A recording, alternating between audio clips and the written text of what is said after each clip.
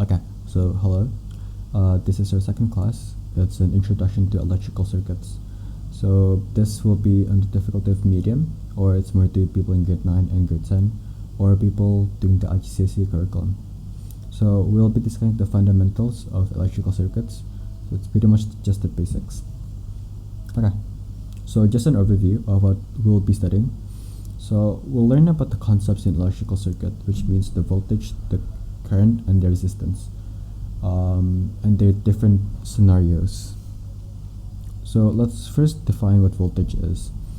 So voltage is basically the pressure that pushes electricity. So as we know, let's visualize. Electricity flows, right? There's charges. Let's draw charges and flows. Right? So pretend this is a wire. Yeah. So there's electricity there. It flows, right? And the voltage is basically like this person, like this V. So the person is pushing the electricity, right? Basically, so voltage pushes electricity so that it flows. It's the reason that the charge moves across the wire, and it's divided into two. There's EMF, electromotive force, and there's PD, or potential difference. And the difference, I'll discuss this in this slide. So first, let's start with EMF. So EMF is the work done per unit charge to move the charge through the entire circuit. So first, the keyword is entire circuit, right? And work. So basically, if we were to have a charge here, the EMF is the work needed to move from here to here, to here, to here, here, just one whole loop. So throughout the circuit. But the work done that over the charge, the total amount of charges. So it's basically the work done per unit charge. So the work done for each of the charge particles. And again, pay attention to entire circuit. And why this will be important is because we'll discuss the difference in potential difference. But anyway, let's discuss about the formula. Sorry. In the formula, it's V is equal to W. W is work. So work over divided by Q is charge. So notice how in the definition it's work per unit charge. So the average amount of work per charge, right? Hence, that's why the formula is work over charge. It's pretty self-explanatory. Okay. And don't forget the unit is V, or volts. So if we were to have a question, it's usually given in, for example, 36 volts or 12 volts and so on. And also EMF, since it's for the entire circuit, it's usually the battery's voltage. So this is the symbol of the battery, by the way. The cell. It's usually given like 36 volts here, like that, or any other number. Okay, so next, let's correlate it with potential difference. So how is electromotive force different, as it's both voltage, right? So again, notice how the underlined, the highlighted keyword is one point to another, right? So it basically, if EMF were to go on the whole circuit, potential difference is going from, let's say, point A here to point B here. So how does this work? So again, we think about distance, right? Let's say this is the cable, very ugly cable. So it's a measure for how the current flows proportional to the resistance. So if that doesn't make sense, let's explain with the formula. So voltage is the current. This is I is current, as we discussed before. Current, where R is resistance. Is it corrupt? No. Okay. Resistance. Right. So, but we must not take any random measure of resistance and current. It's the current and resistance at the point. So for example, we want to measure potential difference at point B. Say point B here. Now, when we want to use the current flowing here. So IP. And when to use resistance, use resistance in B. So RP. Right. And just pretend that the lamp has a resistance, right? If not, then everywhere the potential difference will be the same, essentially. But I'll explain that more when we go into the different types of circuit in this video.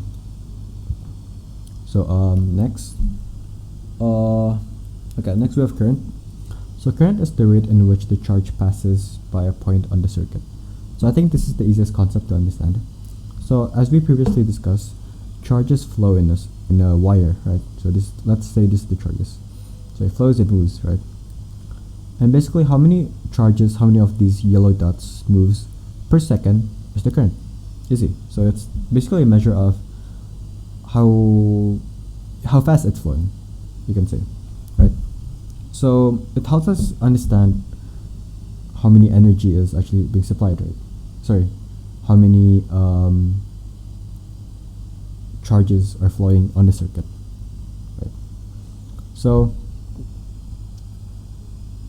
oh yeah, I forgot to say.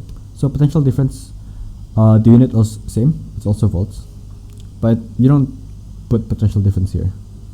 That's usually when you have a voltmeter reading. So you read using an apparatus. Oh, you cannot see there. Okay. Let's say you put it here. So this is an apparatus voltmeter. It measures voltage.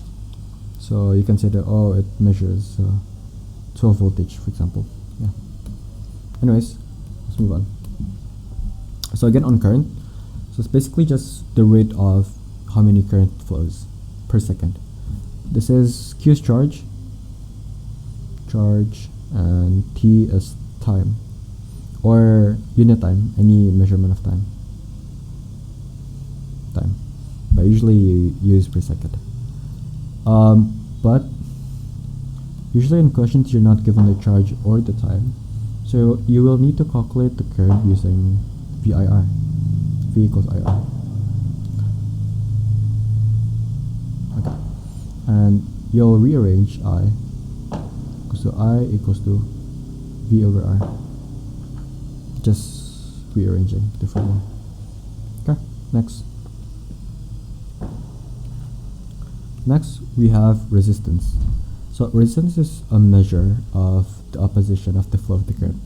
So previously we have voltage at it's basically, if voltage were to push the charges to flow, resistance kind of stops it, so it's going the other way.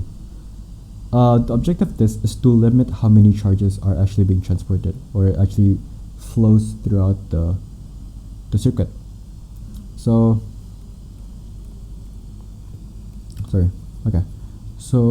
it's a limiting factor essentially.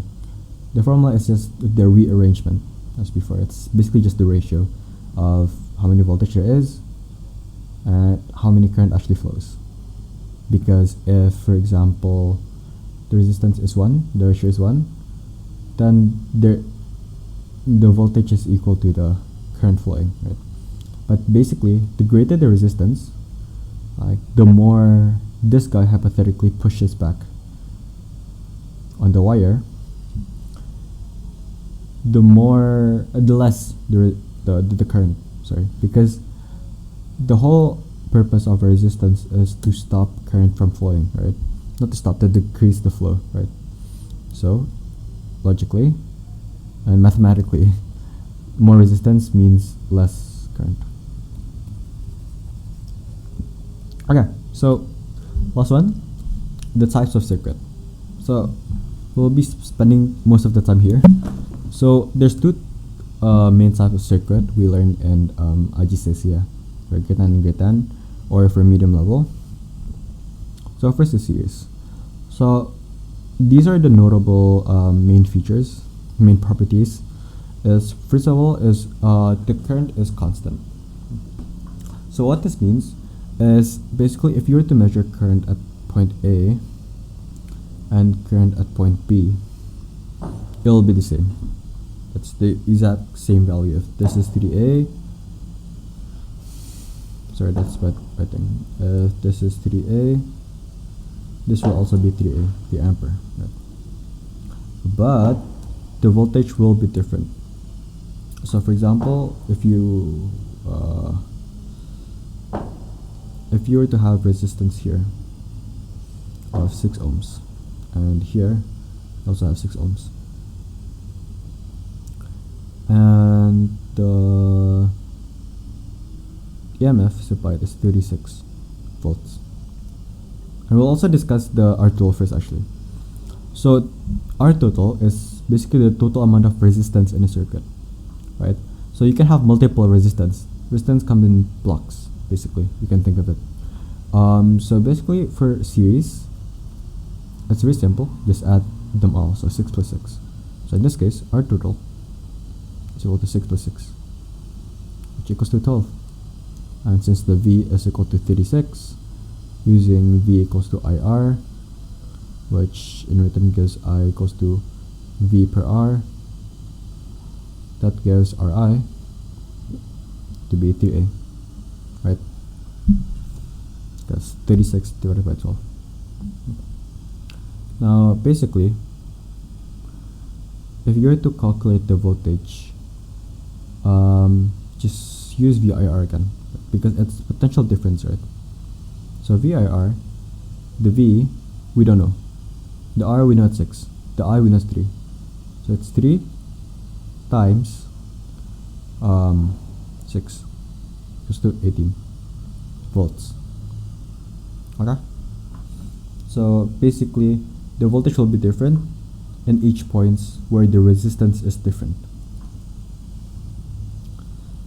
If there's only one resistance, then across the circuit the voltage will be the same, basically. Okay.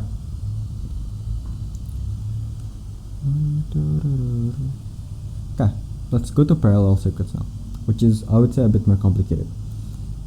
So if in series we have just one box, right? It's just one straight line, but we connect it in a loop, right? Parallel, we have this same line, but it branches. It also goes here, right? It divides. There's like junctions like this, where the current goes here and the current also goes here. Now in that case, the I actually varies. It's the opposite of series. The I is not constant. So if you're to measure I here, the current here, I here, I1 and I2, it's going to be different, because the idea is when the current flows, it's met with this junction, right? It either goes left or it either just goes straight. But in this case, it needs to do both of it. So some of it goes down and some goes to the right. It's divided. Therefore, the I varies. But what we need to know is that the voltage is constant at any point, right? So for example, oh, and one last thing. The resistance is counted using this formula. So essentially, we have 1 over R total is equal to 1 over R of one of the branches, for example R1, plus 1 over R2, and so on. So let's say in here we have, it's 4 ohms, and let's give it the same value again, so it's easier to count. 4 ohms again. Also, the logo for resistance is just a rectangle. Yeah? Okay. So, if you were to count it, jadi 1 over R total is equal to 1 over 4 plus 1 over 4. Or we got 2 per 4. So in here, the R total isn't 2 over 4. 1 over R total is 2 over 4. So it's 1 over R total is equal to 2 over 4. Now there's a few ways you can approach this, but basically it's just algebra. You put it here, you rearrange basically, right? So 1 over r total equals to 2 per 4, and you have 4 is equal to 2 r total, right? You multiply both sides by r total and multiply both sides by 4, and r total is equal to 4 over 2, right? It's 2. Or an easier way as well, because sometimes you have improper fractions, right? So just simply flip it. So whatever number you have here, you flip it, become 4 over 2, and that's your r total. It's basically the reciprocal. So 4 over 2 is equal to 2, right? So in this case, let's say you have 36. The current flowing will be 36 divided by 2. So the I, which goes here, will be 18 ampere. Okay, so 18 will be divided. Okay, but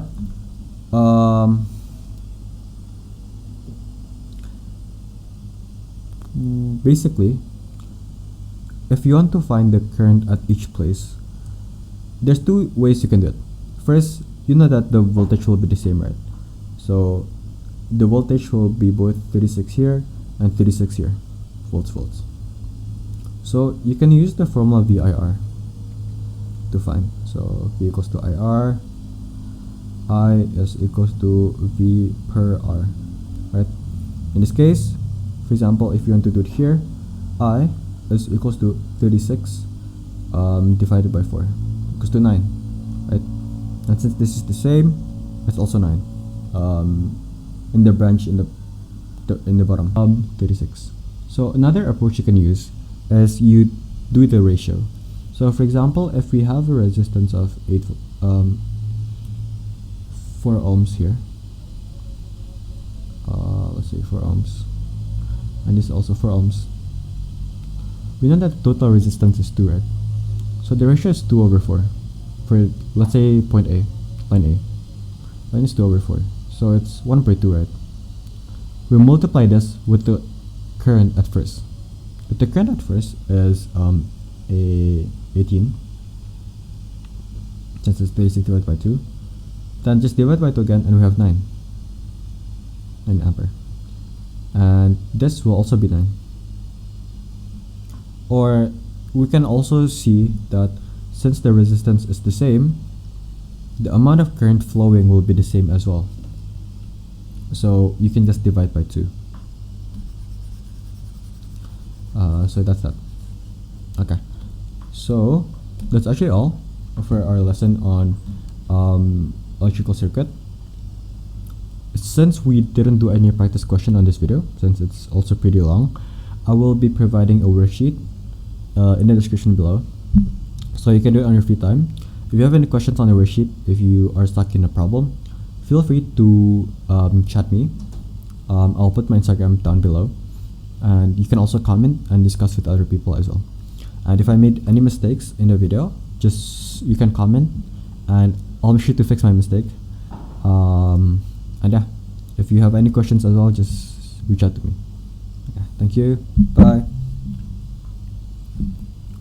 Yeah. Sorry.